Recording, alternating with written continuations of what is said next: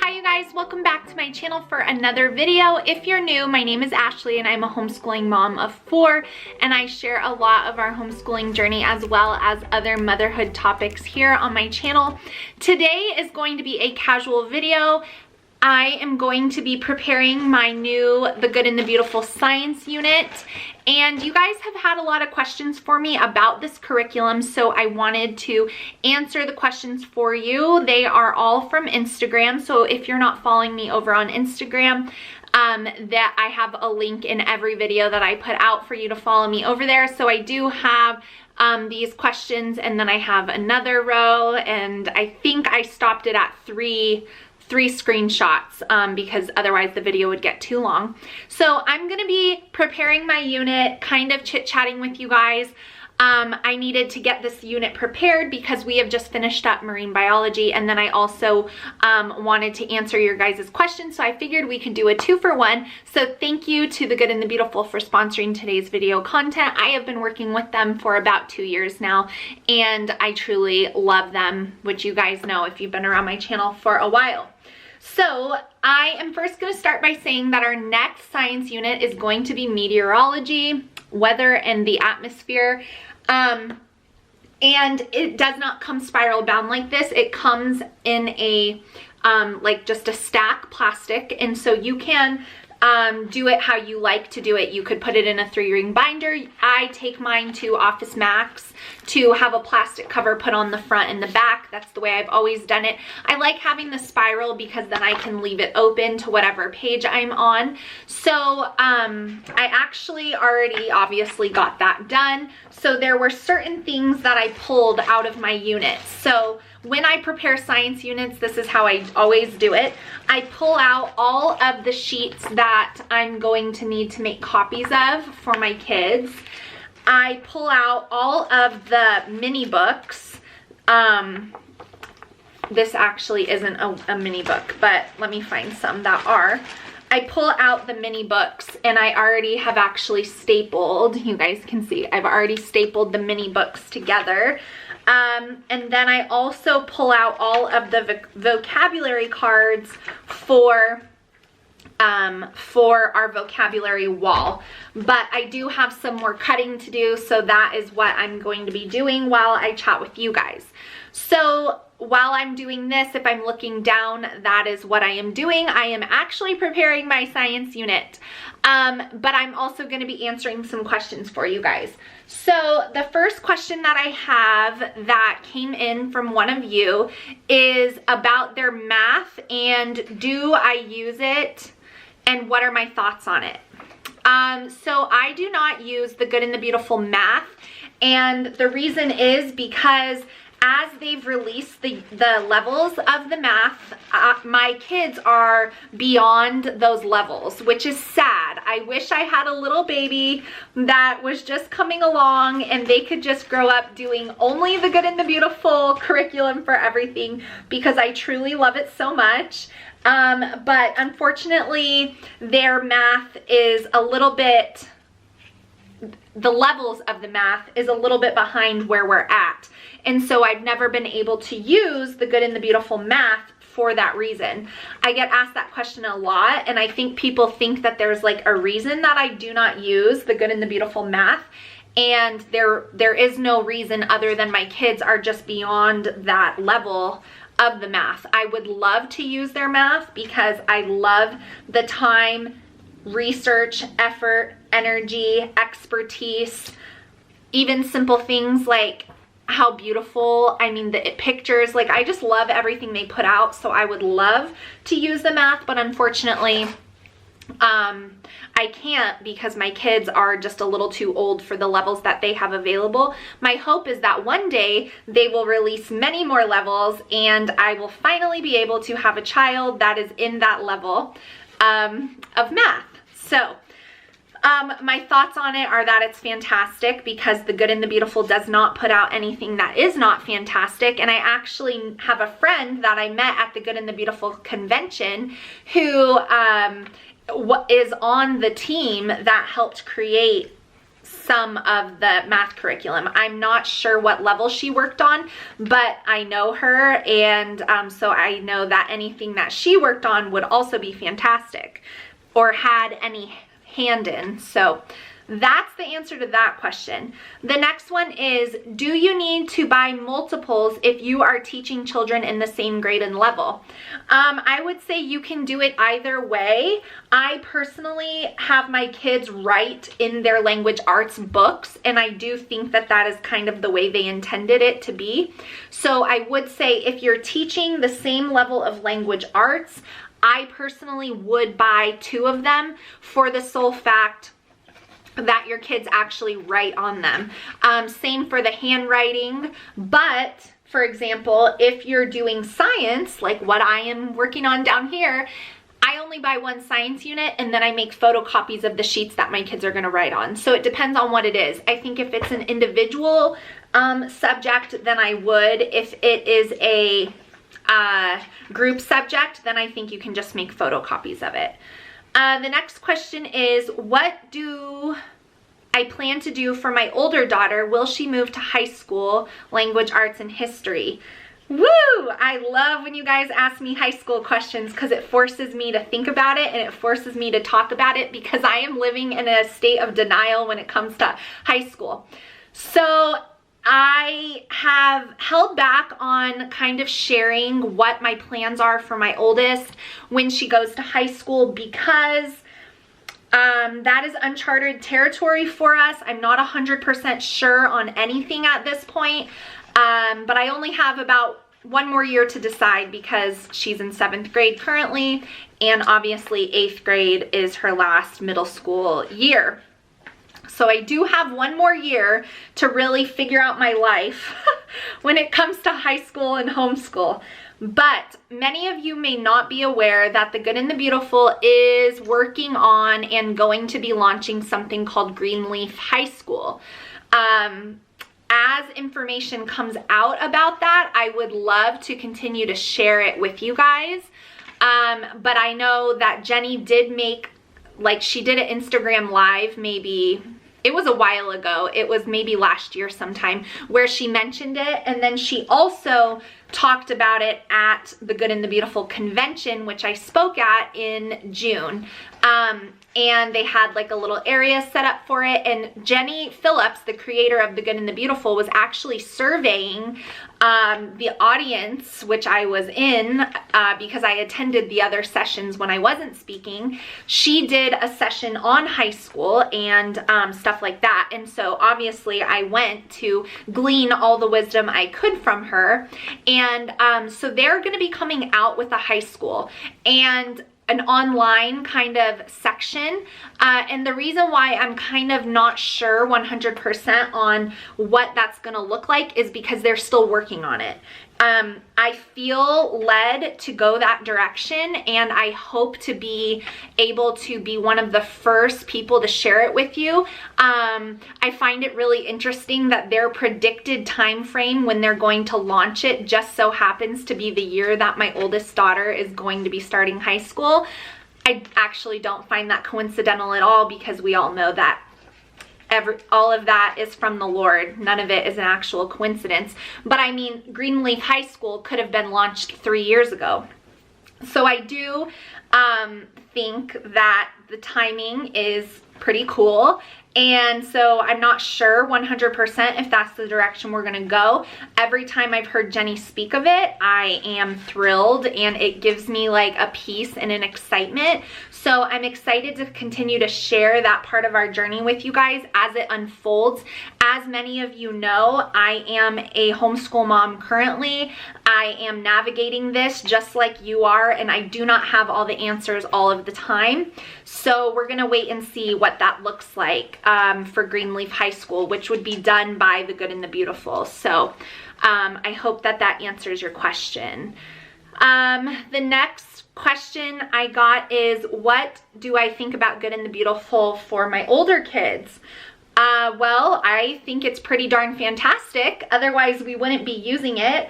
I love everything about it, but what I love most is that it is reinforcing godly principles through things like writing sentences and learning grammar. I love that the work that they do for their language arts and grammar is reinforcing godly principles in their life. And I think at that stage with older children, not saying that it's not for younger children too, but I just think that there is no more important time than to have all of that be something that is constantly being reinforced. So I love it. I think it's fantastic. And my kids can write and spell and you know, understand persuasive writings and thesis statements, and I just really love it a lot. The next question I have here is, does the curriculum come with end of the unit quizzes? No, it does not. Maybe math does. Like I said, I don't know about math, but the other curriculum does not have quizzes. And the reason why I believe, okay, it doesn't have quizzes, but on some of the levels it does have like assessments to see how far they've progressed. So I hope that that answers the question for you. History year 2 or 3 flip through and review, very few are available. I agree. Let me know down in the comments, you guys, if that is something that you want me to do. I never even thought about doing that, so let me know if you want me to do a flip through of that. Someone asked, is there anything that I am not crazy about? And I know people are gonna be like, what? You can't say you like everything. Well, I honestly do. There really isn't anything that I'm not crazy about. I honestly do really love it all. Sorry. The only thing that I could say that I maybe don't love a ton, is the lack of color in the level that my son is on. He's on level 4, and there's not a lot of color in his book. I kind of miss some color in that level. So that is kind of like the only thing that I have to say. Someone else is saying, how do I like the science? I love and adore the science. I love doing science as unit studies and studying different things. I never really knew that until I broke away from some other curriculum that I was using before, but I truly love that, and my kids do as well, because we don't get bored, and we're learning lots of different things, and it's just really fun. So I really love the science. I love that they include a lot of hands-on activities, but also not every single lesson. I love that you can break the lessons down into shorter lessons, or you can do them all in one day. I love the lesson extensions for the older kids. I love the science a lot. And I learn something new every single time I do a science unit with my kids, so I think that's also pretty amazing. The next question I have here is, what do I think about the math program? I already answered that. I want to start homeschool next year. He'll be in 1st grade. Do it! You'll never regret it. And the Good and the Beautiful will help you start off on the right foot, in my opinion. So, yeah, the math is great. I say go for it. The next question I have here is, do I feel like the language arts has enough grammar practice? Why, yes, I do. My children know things about grammar and punctuation and different names of different things and how to diagram sentences. I honestly, you guys, cannot, and I did go to college and have a degree. I don't remember ever doing that. Maybe I blocked it out, but yeah, I don't remember doing it. So my kids can diagram some sentences. They are pretty fantastic, in my opinion, at the grammar. It's like a specialty of Jenny's, and you can tell. She has video instruction too, that if your kids are having a hard time and you're like, I don't know how to do that, well, she made videos for you, and so they can watch the video, and it's totally helpful. And we have watched those videos many times because I am not a grammar expert, and that's the beauty of homeschooling. We don't have to be experts in everything. We just have to know where to go to find someone who is. And I found Jenny Phillips, and I am grateful. So that's my answer for that. The next one that I have here is on the phonics cards, word ladder tips. Okay, so the phonics cards are like cards in the younger levels where they're working on recognizing like letter combinations and what sounds they make. So the way that I did that, because my daughter in 2nd grade is no longer doing those because she's mastered them, I would just choose out about 5 to 7 at a time, and we would just practice them every day or every other day, really no stress. And then we would practice them, and I would just keep them until she mastered them. So if she didn't master it, then I would keep it there. But if she did master it, then I would like remove it and add in a different card. And we just practiced those every single day. And I also didn't stress out about it if she got them all perfectly, because I knew that the next level she was going into, which is level 2, she's on level 2 this year, and she was on level 1 last year. I knew that they were going to review that, and so you know, if she didn't get it perfectly, then it was okay. So that's how we did it. And then the word ladders, for like spelling words, I do the same thing. I just pick 5 words, and then I keep those words there until she gets them. And sometimes that takes a really long time. So if they're not getting them, then I just keep working on them, and I don't stress out about getting through the whole thing, because there's always more time to practice spelling, and sometimes it just takes like maturity and different things, so I try not to stress out about it. But that's how we do it. I just choose 5 to 7, and then we just work on those until they're mastered, and then I change them. So let me see if I have any more questions about the good and the beautiful. I think I went through the 3 pages. Oh no, there's more. I thought there was. So the next question, I'm kind of done with what I needed to do, so I am just going to answer these questions really fast for you guys. Do I feel like it teaches writing enough? Absolutely do.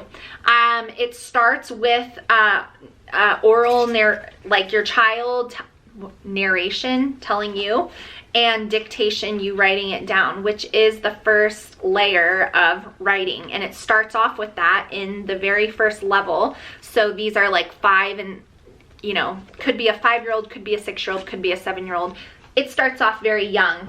And then my daughter is in level 7, and she's writing persuasive papers. So I do feel like it does that. Someone said, I'm not sure how for the video, but I'm curious how the content of the curriculum compares to others. I've done quite a few videos on the curriculum. It is one of a kind, and we love it. And in my opinion, it is the absolute best language arts curriculum out there. Someone wanted to know about the typing. Typing is fantastic. We're on typing level 2 this year. Each of my kids use it. I only got one book, and we just pass it around. My youngest one is on level 1 because last year her fingers were a little too small to reach the keys, but it really does help them learn to type and how to do it appropriately, and it does it in a really easy and fun way. So, and it's not very long, which for me, typing, I don't want my kids taking an hour of their school day on a typing lesson. So I really appreciate that they're only about 15 minutes. Someone asked, do I think that the human body part 1 is okay for a 7 and 8-year-old? Yeah, they'll love it, and it'll blow their minds on what their body is made up of. So yes, I think that that is perfect. It does not go into anything about reproduction or anything like that. We did that level, and so you're safe. And someone else is asking about the good and the beautiful in high school, so I shared kind of where I'm at with that. So my unit is all ready to go. I have my vocabulary cards cut. I have all of my booklets stapled, my mini books ready to go.